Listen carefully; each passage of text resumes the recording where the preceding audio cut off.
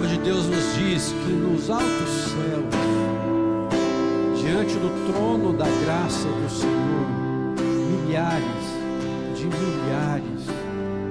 de anjos, e a palavra usada também são seres viventes, anciões, que estão a todo tempo, e o texto em Apocalipse diz assim, dia e noite, eles ficam repetindo assim: Santo, Santo, Santo é o Senhor.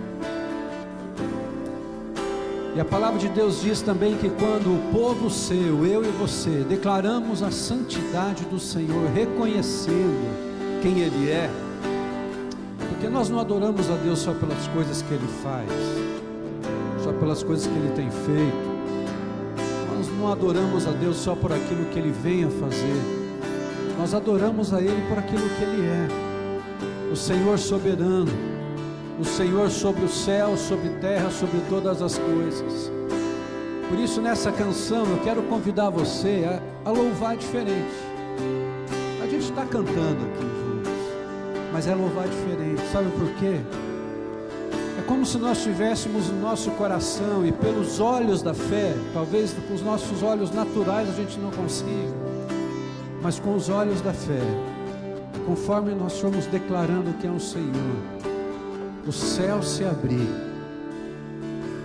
e essa canção chegar diante do Senhor, como um aroma agradável, como um sentimento verdadeiro da sua alma e da minha, declarando quem o Senhor é.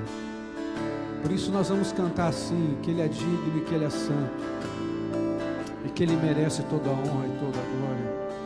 Então adore ao Senhor cantando dessa forma. Digno é o Cordeiro que foi morto, santo, santo Ele é. Expressa com a tua alma assim: um novo cântico ao que se assenta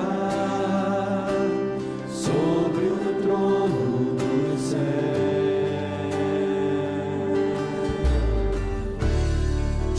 Ao Cordeiro que foi morto, santo, santo Ele é.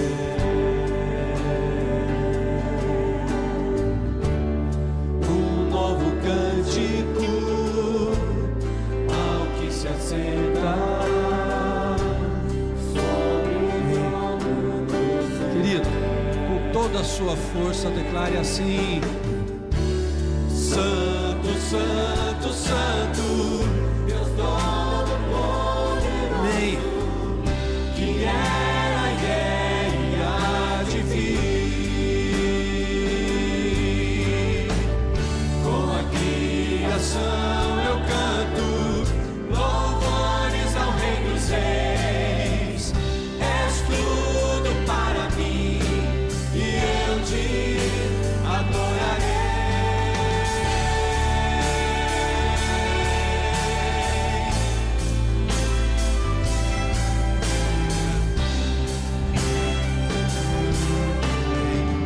A palavra de Deus diz que Ele está assim, está vestido arco-íris, sons de trovão, luzes relâmpagos,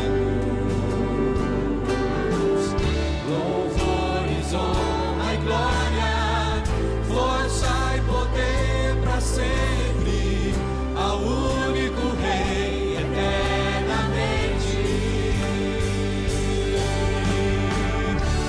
Santo, Santo.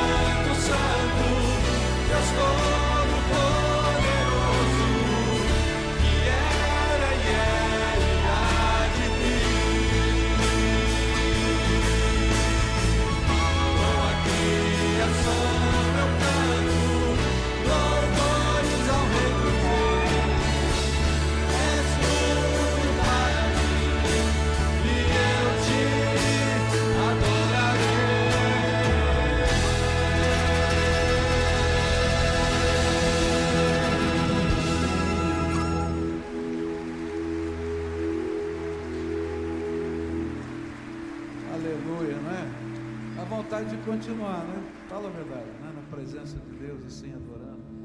Queria orar antes de você sentar e a gente meditar na palavra de Deus. Pai querido, cantamos aqui com toda a nossa alma: Santo, Santo, Santo é o Senhor. E a tua palavra nos diz que esse coro se repete nas vozes dos anjos, dos querubins, dos serafins lá nos céus.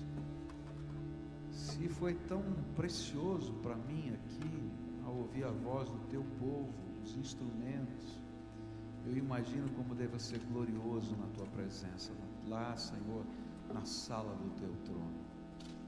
Mas adentramos lá em nome de Jesus, porque o Senhor nos permite adentrar ali com ousadia, porque temos um sumo sacerdote, Cristo Jesus, o nosso Senhor.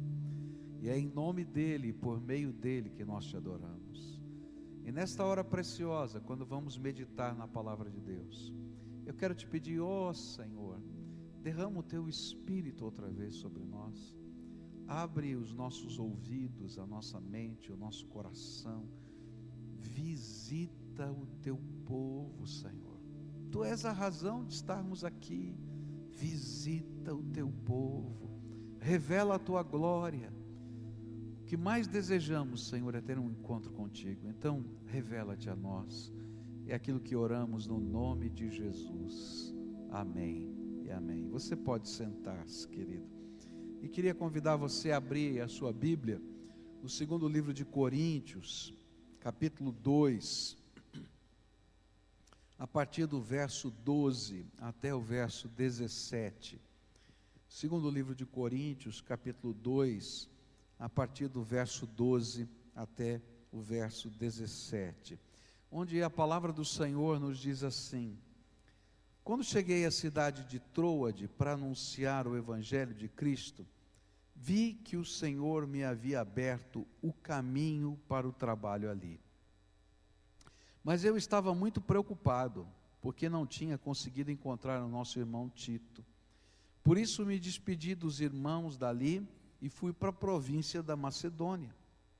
Mas dou graças a Deus, porque unidos com Cristo, somos sempre conduzidos por Deus como prisioneiros no desfile de vitória de Cristo. Como um perfume que se espalha por todos os lugares, somos usados por Deus para que Cristo seja conhecido por todas as pessoas. Porque somos como o cheiro suave do sacrifício que Cristo oferece a Deus. Cheiro que se espalha entre os que estão sendo salvos e os que estão se perdendo. Para os que estão se perdendo é mau cheiro, que mata. Mas para os que estão sendo salvos é um perfume muito agradável que dá vida.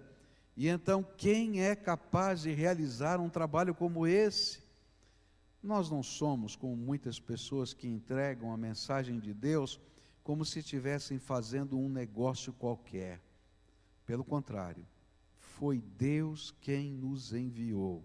E por isso anunciamos a sua mensagem com sinceridade, na presença dEle, como mensageiros de Cristo. É interessante,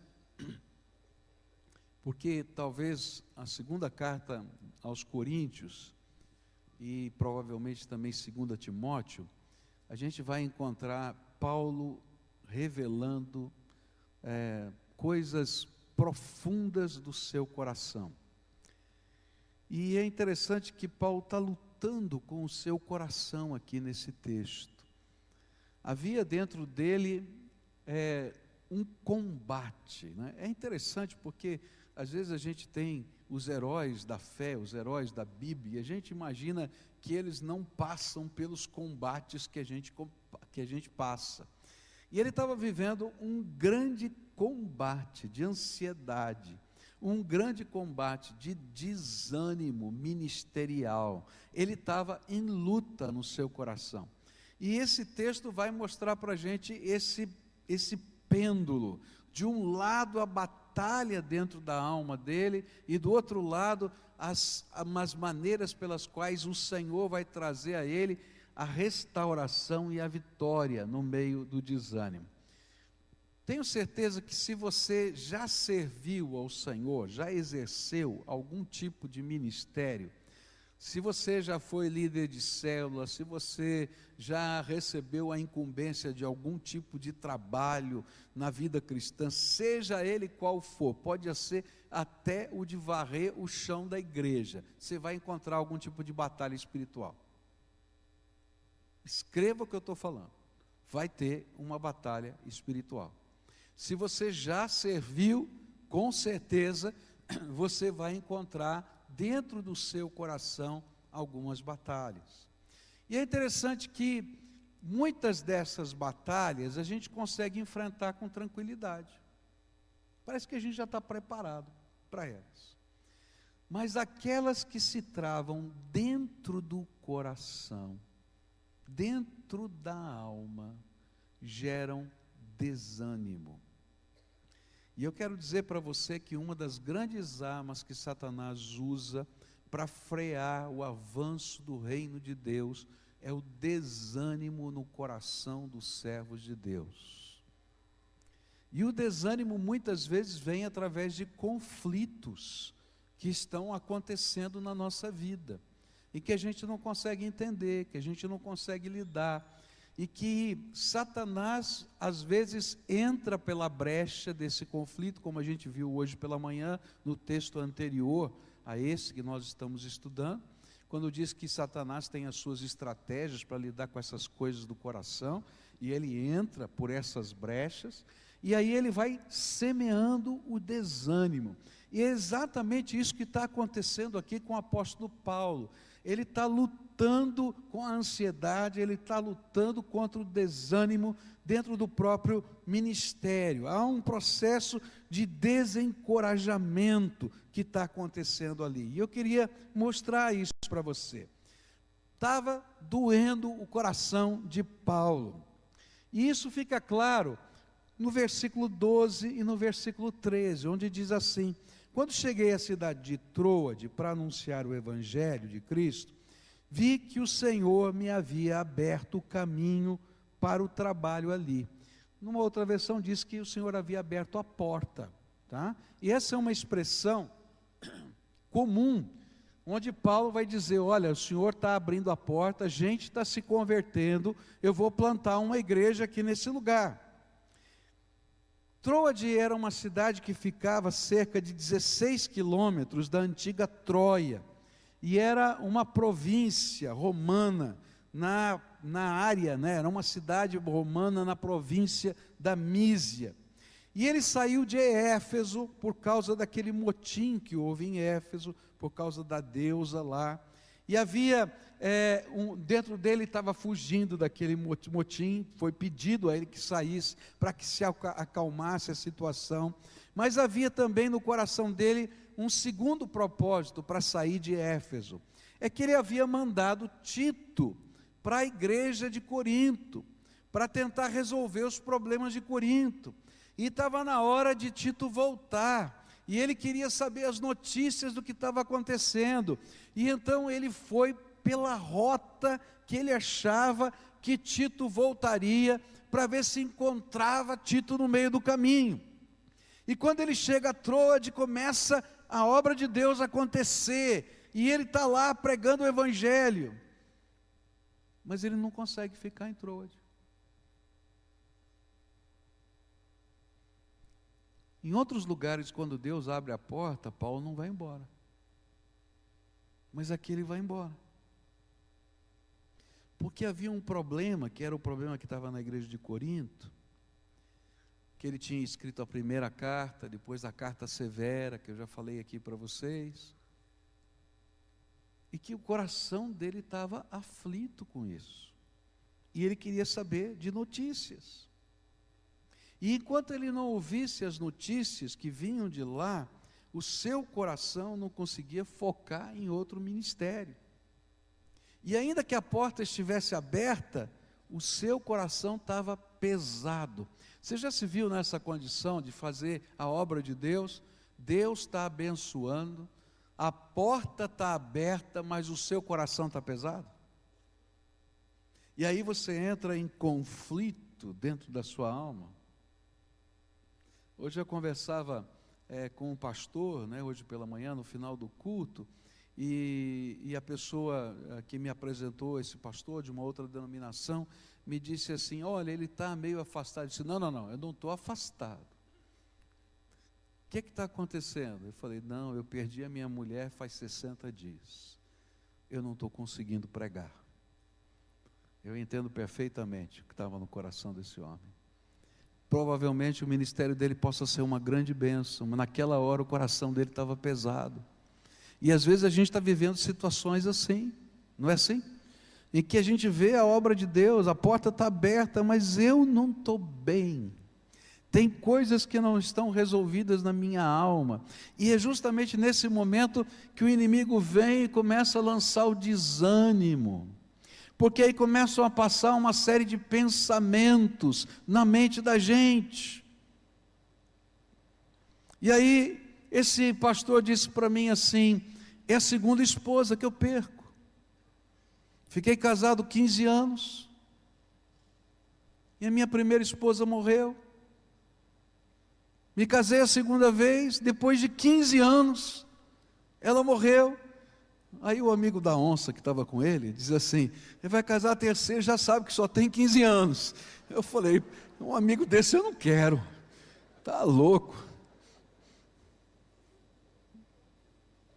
Mas você já pode imaginar quanta coisa passa pela mente. Esse homem não me falou nada, ele só contou o fato, mas eu fico imaginando o coração dele.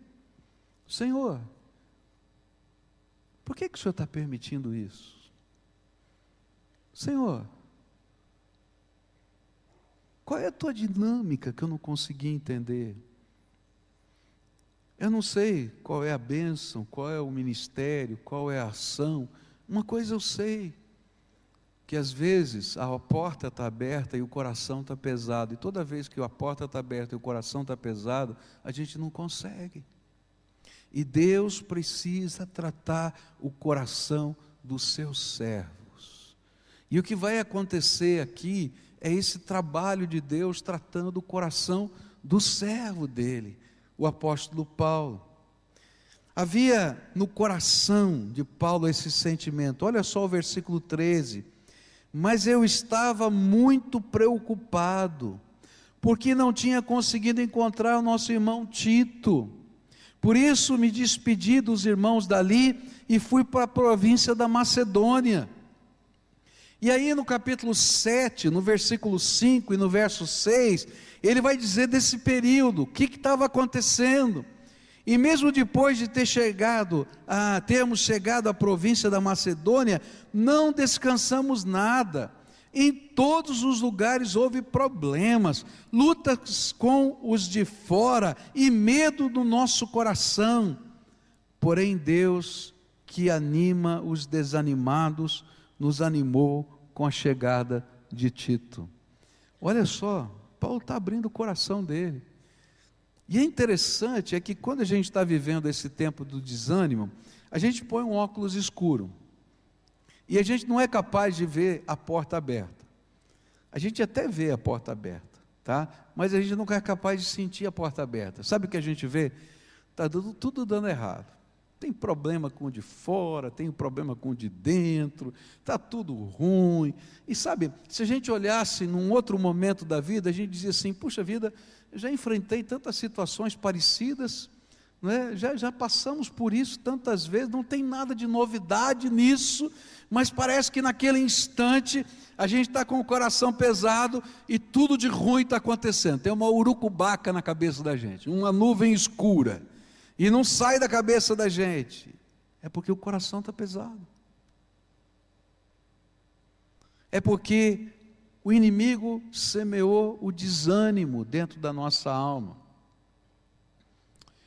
As questões que provocavam desânimo no coração de Paulo tinham a ver com as questões do ministério em Corinto. A pergunta era: como é que a igreja estava reagindo agora à presença de Tito, depois das 2 cartas? Será que eles me abraçariam de novo como pastor? Será que eles seriam capazes de me amar, de me ouvir? Será que eles se arrependeram dessas divisões tolas que estavam ali? Como é que eles estão lidando com a questão do incesto, com as brigas, com a confusão, com relação ao casamento e o divórcio, que eu tive que mandar a carta para explicar como é que funciona tudo de novo, como se eu nunca tivesse ensinado? Como é que eles estão lidando com a questão dos ídolos, da ceia do Senhor, do pecado sexual? Será que eles disciplinaram ou não disciplinaram o homem que, de uma maneira tão ousada, confrontou o apóstolo Paulo em público? Como é que eles estavam enfrentando os falsos profetas? E a agitação de tudo isso no coração criou uma ansiedade que estava desabilitando o profeta, e ele não estava conseguindo caminhar nem com a porta aberta. E aí ele precisava encontrar Tito, porque ele tinha perdido o entusiasmo pelo trabalho. E o pior é que quando não trabalhava, vinha desespero. Então ele não sabia o que fazer. É interessante porque o ministro de Deus é assim, né?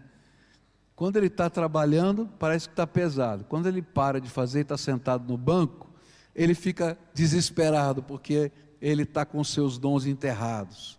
Se você é assim, você está bem acompanhado. Paulo também sentiu essas coisas. Tudo parecia dar errado, porque não havia alegria num coração inquieto, no coração inquieto de Paulo. E aqui a gente vai encontrar o grande perigo dos obreiros desanimados, porque nessa hora que a gente tem desejo de fugir, que a gente tem vontade de desistir de tudo, que a gente tem vontade de simplesmente dizer: ó, acabou, entreguei os pontos. E o pior é que às vezes nos parece que Deus está em silêncio, que Ele não está falando. Esse foi o problema de Paulo, mas esse também foi o problema de Elias. Lembra de Elias na caverna? Ele disse: Senhor, não adianta nada a gente pregar. O Senhor faz um milagre como esse, derramar fogo do céu, o povo se converte num dia, no dia seguinte volta a rainha lá e continua a fazer as mesmas coisas. Para que fazer qualquer coisa? Não adianta. A gente começa aí com a Lava Jato, tiram tudo fora, não adianta. Adianta sim, vou continuar orando em nome de Jesus. Porque ninguém detém a obra de Deus, pode ter certeza disso. E Deus tem as suas maneiras de fazer. Mas tem hora que a gente desanima. E Elias estava desanimado, e o interessante é que a palavra de Deus fala que Deus se manifestou de muitas maneiras naquela caverna, mas ele não sentia que era Deus. Foi naquele sussurro de Deus que ele vai sentir a presença de Deus, e às vezes vai ser assim na nossa vida também. E aqui eu acho tremendo, porque Paulo está vivendo isso. Mas apesar de Paulo estar no limite, ele vai continuar. E ele vai fazer um esforço a mais. Ele não desiste. E eu quero dizer para você, se você está no limite, não desista, porque a história não terminou. Deus não terminou de escrever a tua história. E aí no capítulo 4, versículos 8 e 9, Paulo vai dizer assim: muitas vezes ficamos aflitos, mas não somos derrotados. derrotados. Vamos dizer juntos? Está lá escrito, ó. Muitas vezes ficamos aflitos, mas não somos derrotados. É palavra do Senhor para você. Ele continua, algumas vezes ficamos em dúvida, mas nunca ficamos desesperados. Temos muitos inimigos, mas nunca nos falta um amigo. Às vezes somos gravemente feridos, mas não somos destruídos.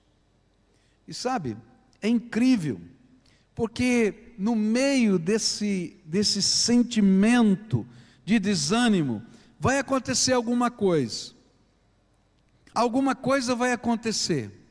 E de repente o tom muda completamente. Ele diz, ó, a porta estava aberta, eu não consegui ficar lá, eu estava tentando encontrar Tito, não achei Tito ainda, o que está acontecendo? Está tudo isso acontecendo, e de repente muda tudo. Ele começa a falar uns negócios que parecem fora de contexto. Ele diz assim, mas dou graças a Deus, porque unidos com Cristo somos sempre conduzidos por Deus, como os prisioneiros no desfile de vitória de Cristo, como um perfume que se espalha por todos os lugares, somos usados por Deus para que Cristo seja conhecido por todas as pessoas. E ele começa a louvar a Deus pela vitória, e se vê marchando no cortejo romano da vitória. Aqui tem uma figura linda. Eu acho que naquela hora, o Espírito de Deus invadiu a mente de Paulo com uma cena. E essa cena começou a ser trabalhada pelo Espírito no coração dele. E Deus começou a lhe dar a interpretação dessa cena, e ele vai escrever isso aqui. O desfile da vitória, que era o triunfo romano, acontecia em situações especialíssimas. Quando um general, ele conseguia uma grande vitória, que envolvia anexar novos territórios ao Império Romano. E aí então, quando ele voltava para casa, com as legiões que tinham obtido a vitória, ele trazia os prisioneiros, que eram as pessoas que entrariam desfilando ali naquele cortejo, como os que foram presos daquele mundo diferente, traziam todas as riquezas que eles conseguiram dos despojos. Aquele homem vestia uma túnica púrpura, tinha uma palma de ouro nas mãos, não é? E era o vitorioso, e todo mundo começava a gritar vitória. E as pessoas que iam marchando, iam primeiro os senadores à frente, ia todo um cortejo assim para celebrar a vitória. Tinham vários incensários que enchiam de perfume a cidade toda. Esses incensários estavam no cortejo, mas em toda a rota que ele passava, tinha gente com incensários para o perfume da vitória entrar e assumir a cidade inteira. E Paulo começa a enxergar esse desfile, e ele se vê nesse desfile, e o vitorioso é Cristo. Ele é um dos soldados da vitória de Cristo, que está marchando e ali adorando o Deus Pai Todo-Poderoso, porque o Senhor Jesus é o vitorioso. É interessante como Deus ministra na vida da gente usando coisas assim, cenas assim. Eu me lembro numa época que eu tinha atendido uma família da igreja numa situação muito difícil, muito complicada, um filho adolescente morto, uma cena muito doída, e eu tinha passado a noite ali com aquela família, e tínhamos um enterro logo mais à tarde, e eu tinha que preparar um sermão, e eu falei, Senhor, o que eu vou pregar nesse sermão? Eu não vou conseguir pregar nesse sermão, eu preciso que o Senhor fale comigo, que o Senhor toque o meu coração. E aí eu estava ali na minha sala, cansado já, lá no meu escritório em casa, cansado, buscando de Deus uma palavra, e aí Deus me deu um texto da Bíblia. Eu falei, Senhor, mostra para mim um texto. Ele me deu um texto da Bíblia. E quando eu olhei para o texto da Bíblia, eu falei, Senhor, muda, vai, dá outro. Já aconteceu com você assim? Muda, Senhor, dá outro. Gênesis 1. Os primeiros versículos, Senhor, eu estou procurando uma palavra do Senhor para a minha vida, e de repente, Gênesis 1, Senhor, eu sei que Tu és o Criador, mas Senhor, eu preciso de uma palavra. E é interessante como Deus trabalha. Ele falou para mim, leia que eu vou falar com você. Leia que eu vou falar com você. Eu acho que Deus teve uma visitação assim com Paulo.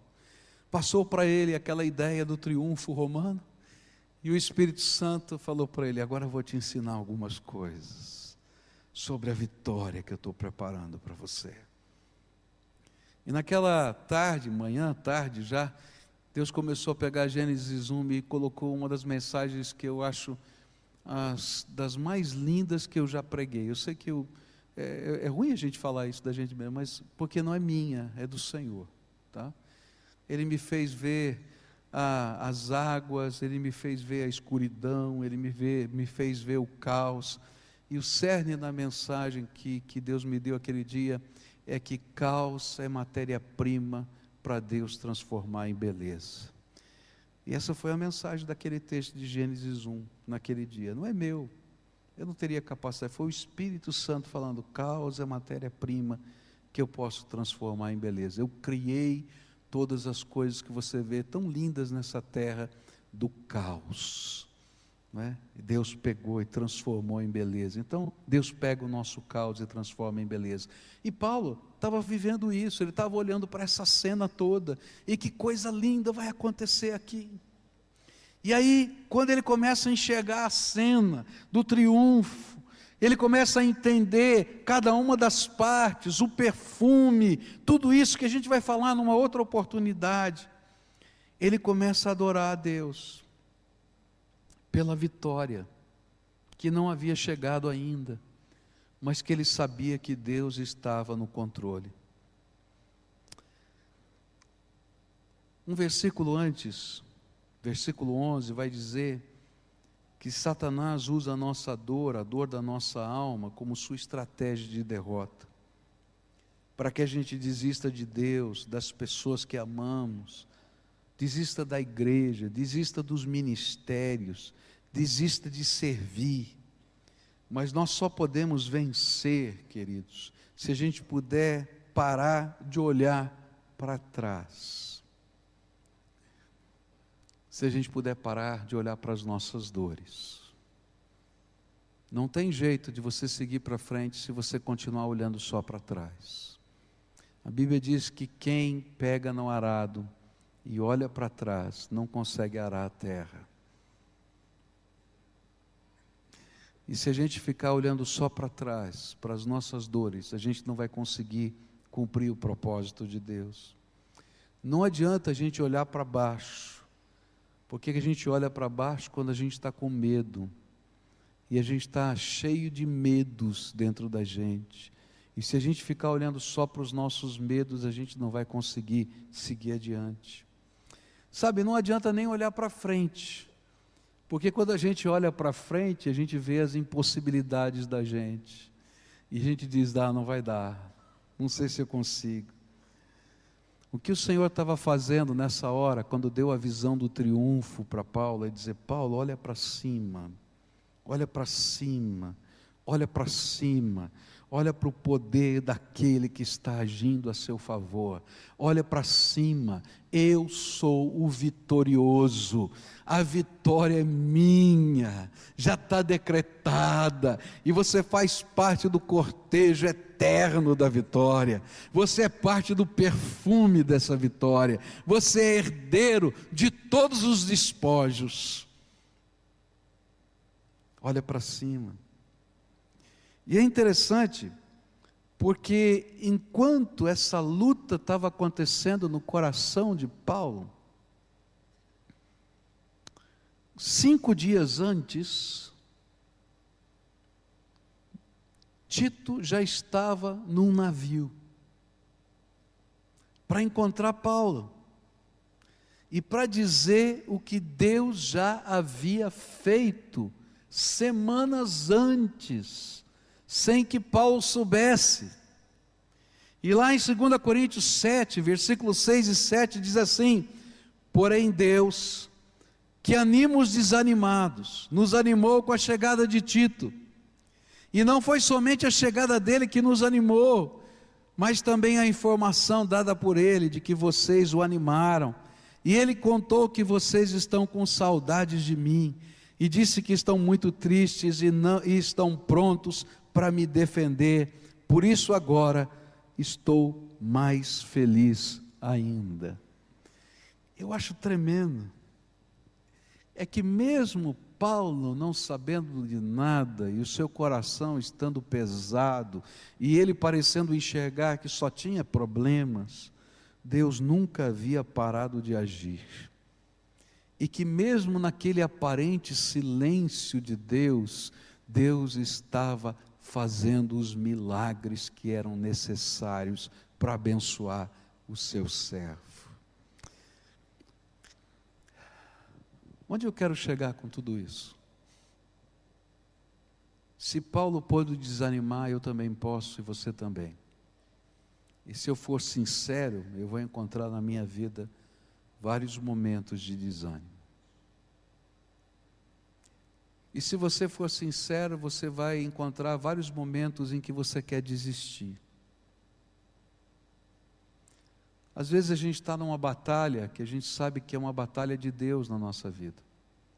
A gente está batalhando para erguer a nossa casa, a nossa família. E chegam horas que o inimigo semeia o desânimo, diz: não adianta nada, nada do que você está fazendo está dando certo. Há momentos que Deus está colocando na mão da gente uma obra para fazer, um ministério. E a gente tem esse ministério da mão, e a gente vê até as portas abertas, mas a gente está com o coração pesado por tanta coisa que aconteceu, e às vezes algumas coisas até que a gente diz: Senhor, o Senhor não está vendo tudo isso? E aí o desânimo vem e a gente quer abrir mão de tudo, largar tudo. E algumas vezes a gente até largou tudo. Mas o Senhor não largou da gente. E no meio daquele silêncio, Deus não parou de agir. E assim como aconteceu com Paulo, Tito já estava vindo com a notícia. A notícia chegou tarde, mas a mão de Deus nunca chega tarde. E o poder do Espírito Santo se revela na nossa fraqueza. E Ele está lá já agindo, Ele está trabalhando. Eu não sei o que Ele está fazendo agora, mas a palavra de Deus diz que eu posso ficar tranquilo. E sabe o que é que me chama a atenção? É que Deus não queria que o coração de Paulo voltasse a se alegrar só quando Tito chegou. Porque senão a gente nunca vai aprender a enfrentar as lutas espirituais da nossa batalha. Porque Deus continua agindo, Ele vai continuar agindo, e nem sempre a gente vai saber tudo que Deus está fazendo. Ele não manda recados para a gente dizer assim: filho, estou fazendo isso, estou fazendo aquilo outro. Ele não dá essas explicações detalhadas. Fica tranquilo, porque agora eu já falei com fulano, essa madrugada já fez o fulano sonhar, o outro já teve dor de barriga, sei lá o que aconteceu. Você está entendendo? Mas Ele está agindo. Então sabe o que Deus faz? Ele coloca uma cena na mente de Paulo, do triunfo romano, e diz assim: Paulo, quem é que está ali como general vitorioso? Aí Paulo diz assim: é o meu Senhor Jesus, Ele é o vitorioso. E quem está garbosamente vestido, com os trajes militares de gala do meu lado, sou eu, Senhor, junto com os teus conservos, todos os servos de Deus que estão trabalhando e servindo ao Senhor. E Ele está dizendo assim: olha, percebe para onde a gente está marchando. Ele diz assim: a tua vitória, Senhor, é muito maior do que as batalhas do meu coração, porque o Senhor está nos dando a vida eterna, e o Senhor está nos falando do dia do juízo final, e o Senhor está falando da vitória eterna, quando o Senhor vai entregar o reino ao Pai Todo-Poderoso, depois que todos os teus inimigos estiverem debaixo dos seus pés, como diz a palavra de Deus. E aí ele diz assim: olha, quem são esses prisioneiros nus que estão caminhando? Porque eram assim que eles vinham, nus, completamente nus e acorrentados. Esses são Satanás e os seus demônios, que não têm mais lugar e vão ser lançados no lago de fogo e enxofre por toda a eternidade, porque é a tua palavra. E aí o Senhor vai dizendo: isso, filho, e que mais? E o perfume? O perfume é a presença do Senhor, a influência do Senhor, o poder do Senhor através das nossas vidas. E então, por onde a gente está passando, está deixando um perfume, e tem gente se salvando. E o mau cheiro é que aqueles que rejeitam a palavra de Deus condenam-se a si mesmos. E Paulo está vendo tudo isso, ele está lembrando de tudo isso, ele está enxergando tudo isso, e o Espírito Santo de Deus está dizendo para ele: filho, então por que o seu coração está pesado? Se você está marchando comigo, e eu sou o teu general, e eu já venci a batalha contra todos os inimigos do reino de Deus. Levanta, homem de Deus. E aí, muda o texto. No capítulo 7, ele vai contar que ele encontrou Tito. Mas no capítulo 2, ele começa a adorar a Deus por causa da visão. Não importa o tamanho do caos, porque caos é matéria-prima para Deus transformar em beleza. Eu me lembro daquele dia, como eu saí daquele lugar, por causa da visitação do Senhor.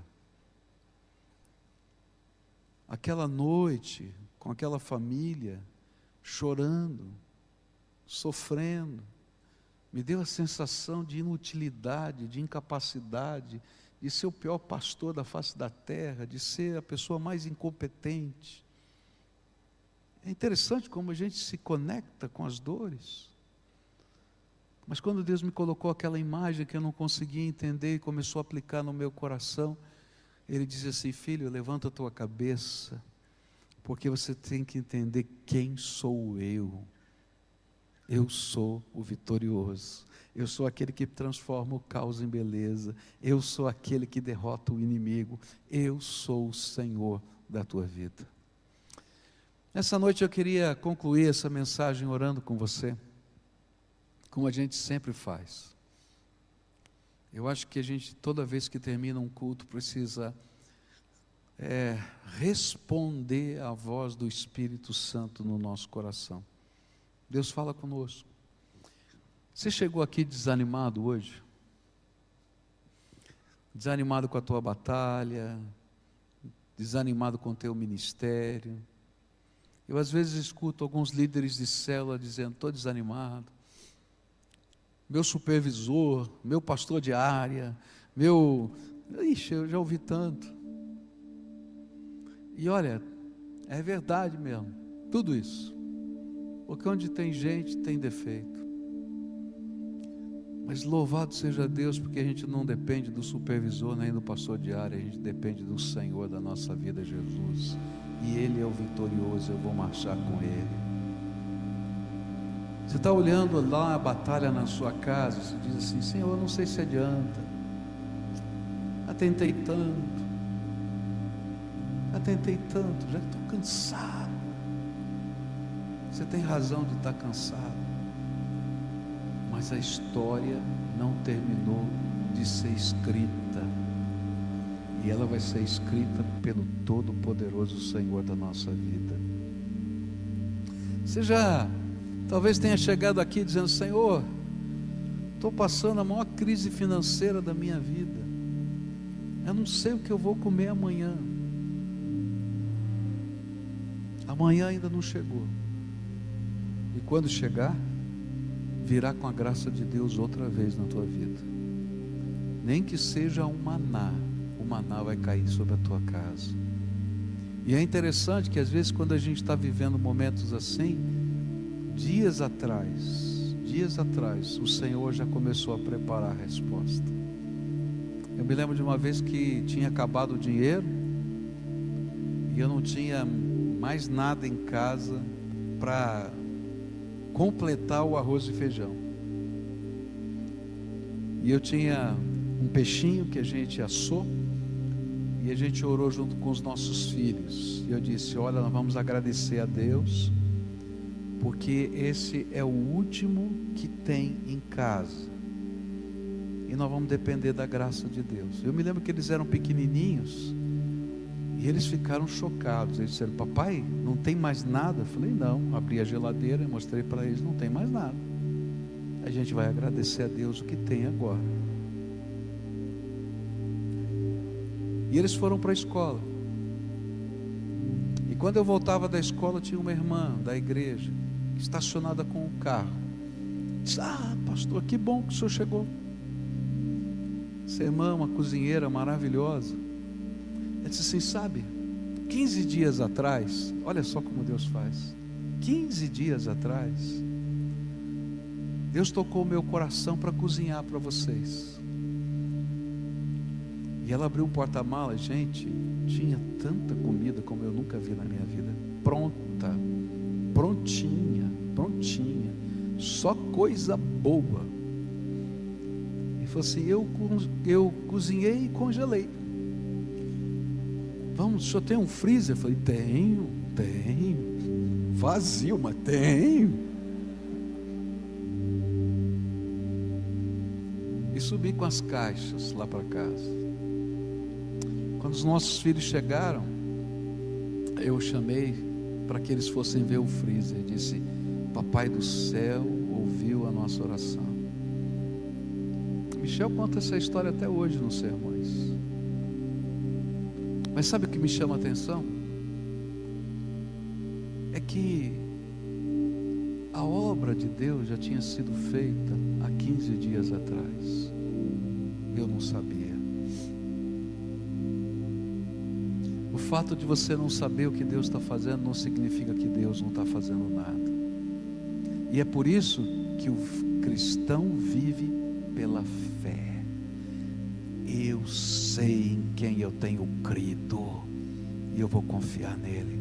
Então nessa noite, se você veio aqui para esse culto desanimado, nós vamos mudar esse negócio e vamos sair daqui adorando a Deus, bendizendo o nome do Senhor por aquilo que a gente não viu,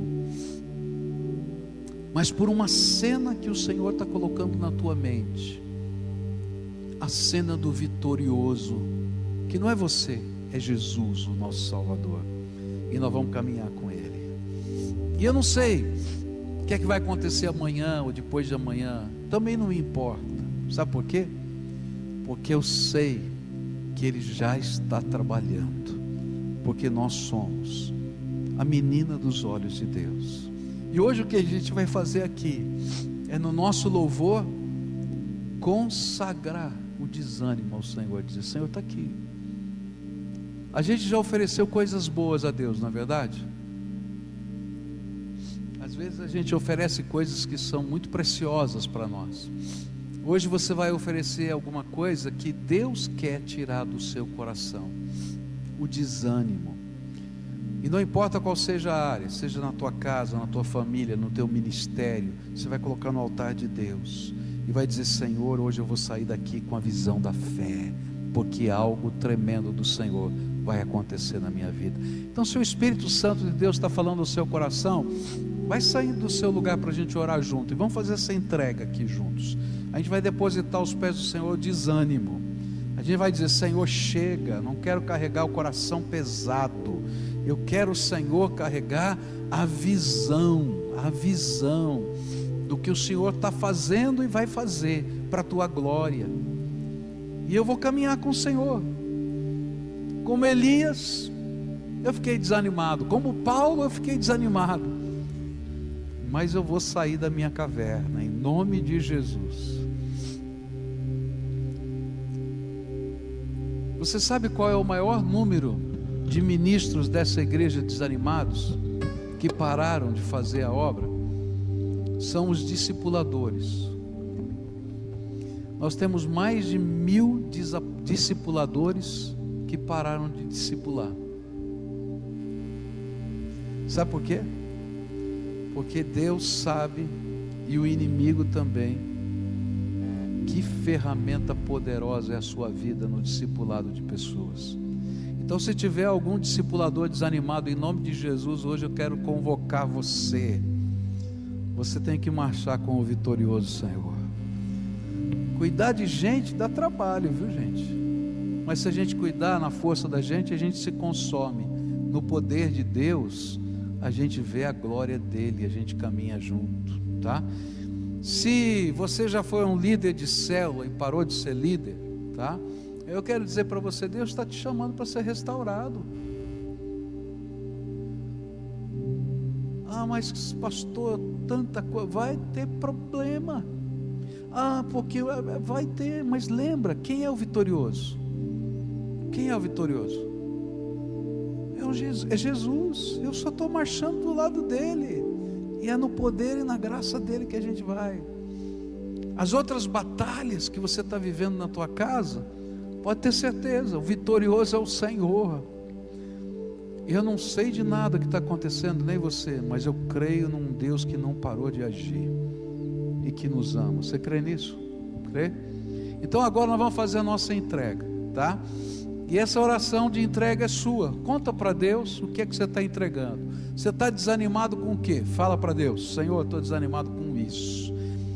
E se você está desanimado com Deus, tenha coragem de falar para Ele: Senhor, eu estou desanimado, porque eu achei que o Senhor não me ouviu, porque eu achei que o Senhor não me vê mais, que o Senhor está bravo comigo, porque o Senhor não ouve mais a minha oração. Eu não sei, às vezes a gente está vivendo essas lutas da alma, e o coração está pesado. Abre a porta para Deus tratar.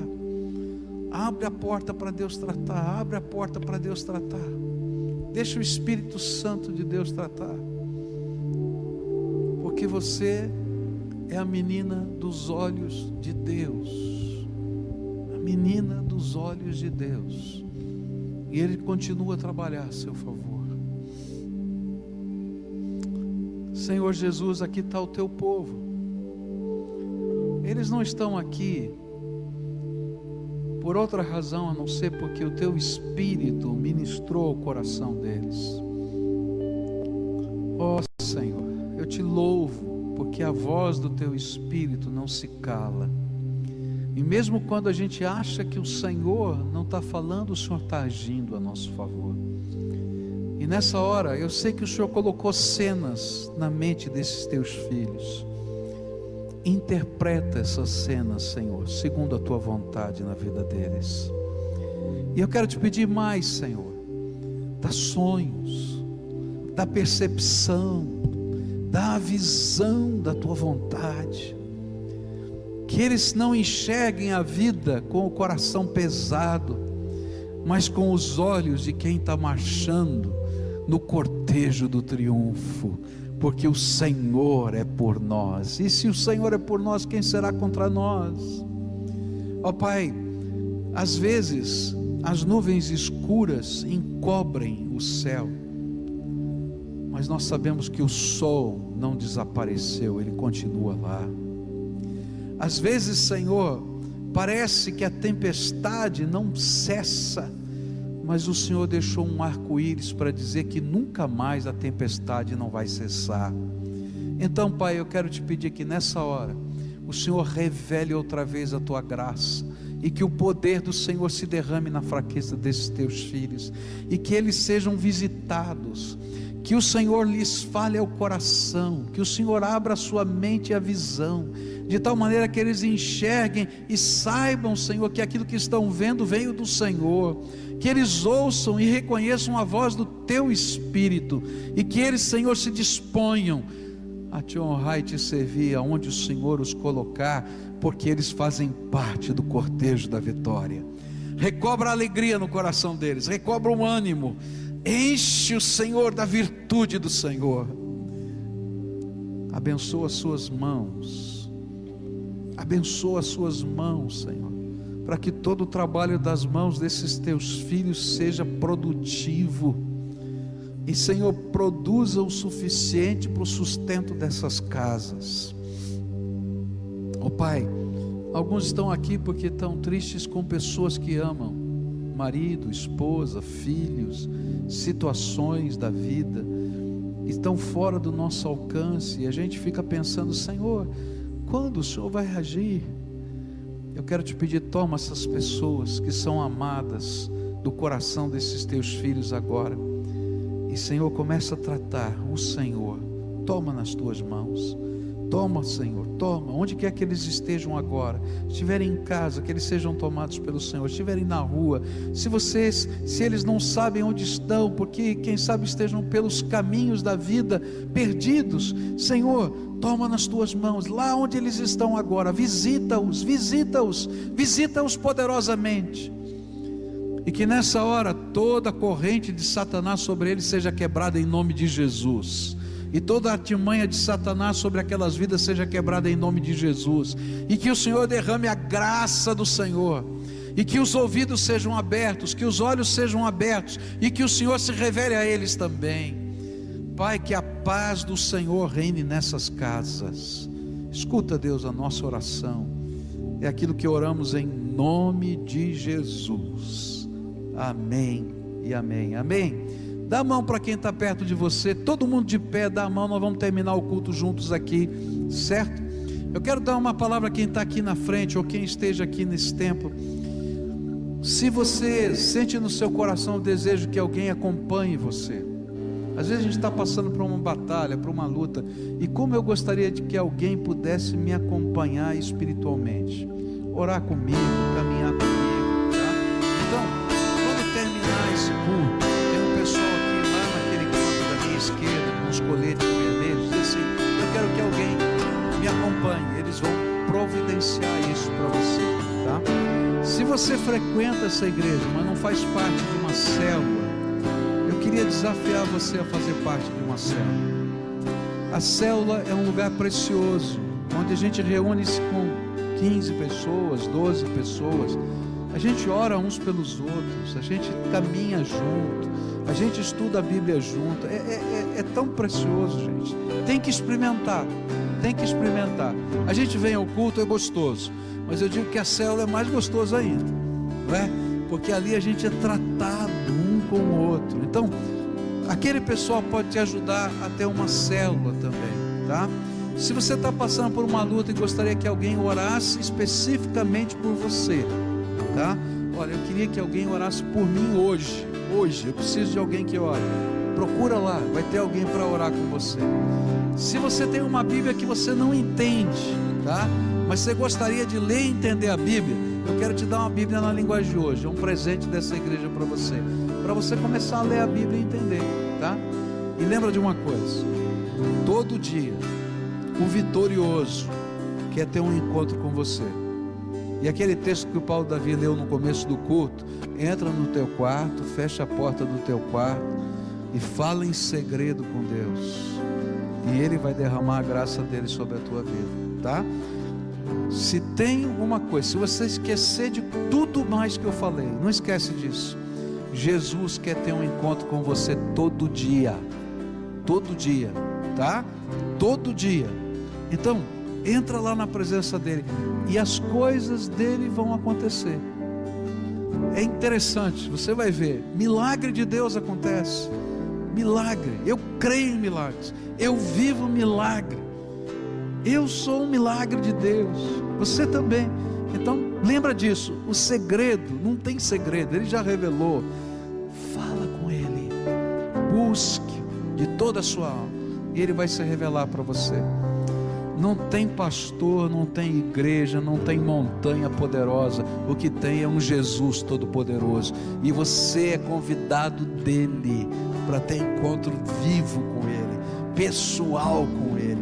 Ele quer fazer essa obra na tua vida e através da tua vida, tá bom? Agora a gente vai terminar esse culto adorando a Deus. Essa canção fala do futuro, do que os anjos já viram, porque o Senhor revelou O apóstolo João já viu, está lá no livro do Apocalipse, e a gente vai ver pela fé, que é o louvor da glória do Senhor. A gente vai entrar no Santo dos Santos, os anjos vão estar cantando. Eu não vou ouvir com esses ouvidos, mas eles vão estar cantando junto conosco, porque quando a gente diz santo, santo, santo, é isso que os arcanjos, que os serafins, que os querubins estão dizendo na presença do Pai. Adoremos ao Senhor.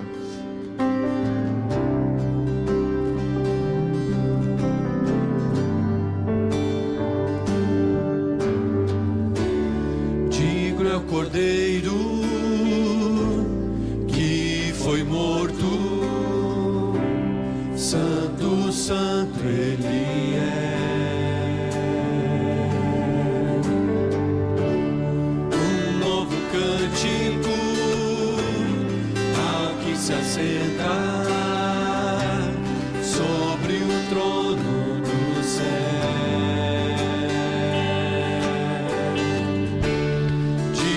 Cordeiro que foi morto,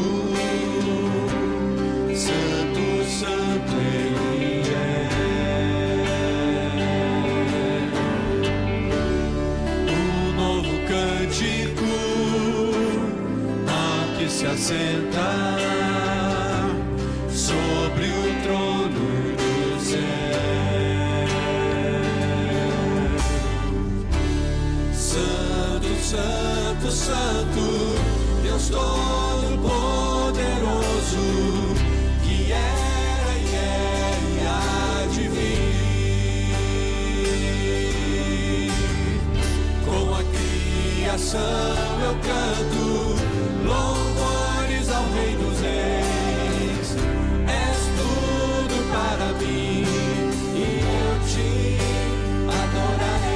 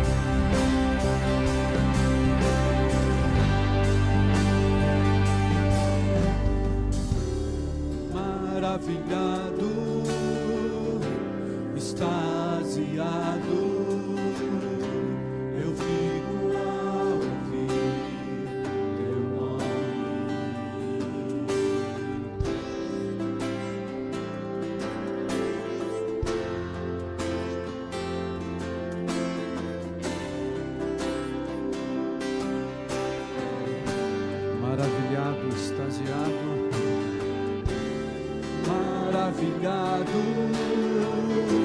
extasiado, eu fico a ouvir. Agora declare isso bem forte, querido Jesus. Jesus, teu nome é o quê? É fôlego de vida, misteriosa água viva.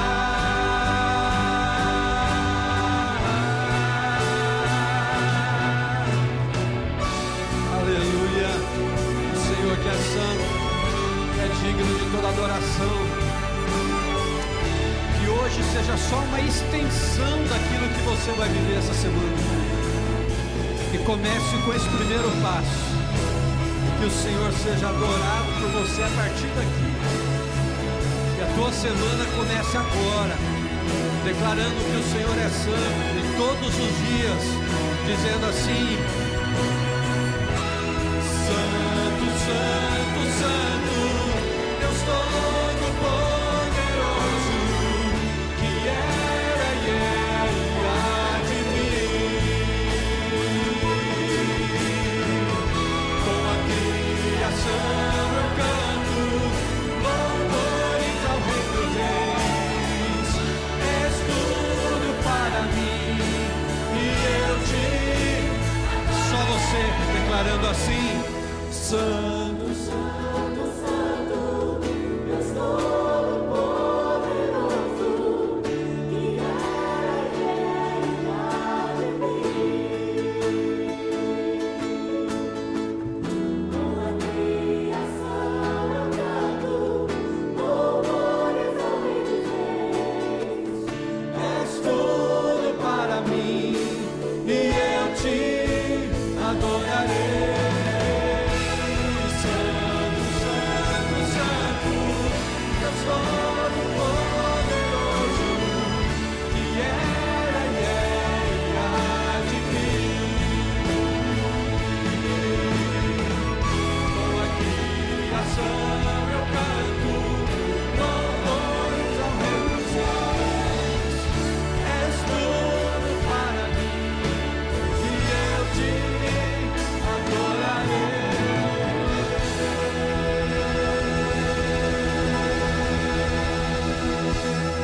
Aleluia! Louvado seja o Senhor. Pode ser mais forte, não pode, querido? Pode ser, porque é o Senhor, o Santo dos Santos, que nós estamos nesse momento adorando. Amém, amém. E que a tua semana comece hoje, que não comece segunda-feira, comece hoje. Que você saia daqui com essa palavra do Senhor na tua vida, movido por essa preciosa presença do Espírito Santo aqui. E que esse sentimento continue como uma prática aí, até o próximo domingo, quando estivermos juntos, até a próxima sexta nos adolescentes, ou até o próximo sábado com a juventude no culto contemporâneo. Mas independente das celebrações, que a maior celebração, como a gente já ouviu, aconteça na tua vida diante da presença do Senhor todos esses dias. Amém? Vamos orar juntos. Pai querido, muito obrigado por esse tempo precioso. Como é bom estar na tua presença. Como é bom nós percebemos o agir do teu Espírito Santo no nosso meio. Porque nós não temos poder para fazer nada. Nós não temos condições. Mas na autoridade do Senhor as coisas acontecem. E o que nós ouvimos, vimos, experimentamos aqui desde o início desse culto, mas através da tua palavra tão preciosa para o nosso coração, desse tempo de celebração aqui diante da tua presença, é o que os teus olhos, o Senhor estava voltado para nós aqui nesse momento. Eu sei que o Senhor ouviu as nossas orações, a nossa adoração ao Senhor, e agora, Pai, saímos daqui desafiados, cuidados, amparados. Muitos colocaram esses sentimentos aqui diante do teu altar, diante do Senhor, mas nós saímos agora para a continuidade dessa semana. E em primeiro lugar, o que nós queremos é buscar ao Senhor. Em primeiro lugar, todos os dias é buscar a presença do Senhor. E quem sabe lá no nosso quarto em secreto, ou aonde nós temos o nosso canto em secreto, a gente possa buscar mais intimidade contigo e sermos revigorados na nossa fé cada dia. Conduza o teu povo em paz, conduza o teu povo em paz. Que a boa mão do Senhor esteja sobre cada um, sobre cada casa, sobre o trabalho, sobre a faculdade, sobre tudo que cada um aqui estiver fazendo nessa semana. Que a tua boa mão esteja sobre os teus filhos, Pai. É aquilo que oramos agradecidos a Ti, em nome de Jesus. Amém, Senhor. Amém, amém, querido. Não sai daqui sem desejar a graça de Deus para alguém, viu? E que Deus abençoe a tua vida e abençoe a tua semana.